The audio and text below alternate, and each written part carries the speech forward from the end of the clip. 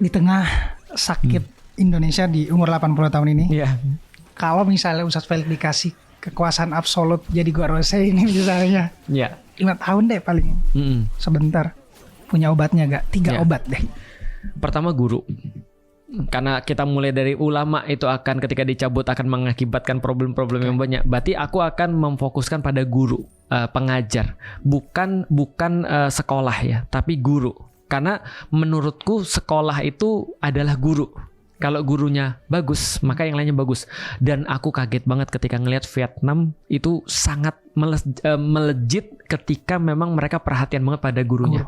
Jadi guru-guru, contoh kayak gini ya. Kalau misalnya kita pergi ke supermarket atau department store itu ada karyawan of the year gitu atau karyawan of the month gitu kan ya. Ini adalah yang paling bagus pelayan. Nah, mereka tuh menghargai guru banget. Jadi kalau ada guru yang pintar yang bisa memberikan hasil lebih daripada yang sudah distandarkan, itu nanti akan dipanggil sama presiden.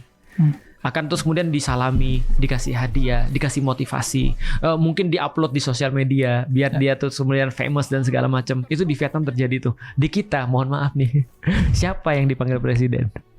Siapa yang dipanggil presiden? Yang dipanggil presiden Raffi Ahmad. Ya. Aku nggak punya masalah sih dengan Raffi Ahmad. Cuman masalahnya adalah yang dianggap penting adalah orang-orang yang punya masa, bukan orang-orang yang bisa mengubah Indonesia. Kecuali kalau Raffi Ahmadnya bikin perhatian pada pendidikan kan gitu kan ya. Kita ini menjadikan sesuatu yang nggak penting jadi viral. Contohnya bendera One Piece. Gitu kan ya. Apa urusan pemerintah ngurusin bendera One Piece? Come on. Kamu nggak ada urusan yang lain nih. Nah, ini yang pertama nih. Artinya guru-guru itu harus terus investasi ke guru. Investasi ke guru-guru. Betul. Yang kedua, penguasa-penguasanya ini benar-benar harus di riset sih menurutku sih.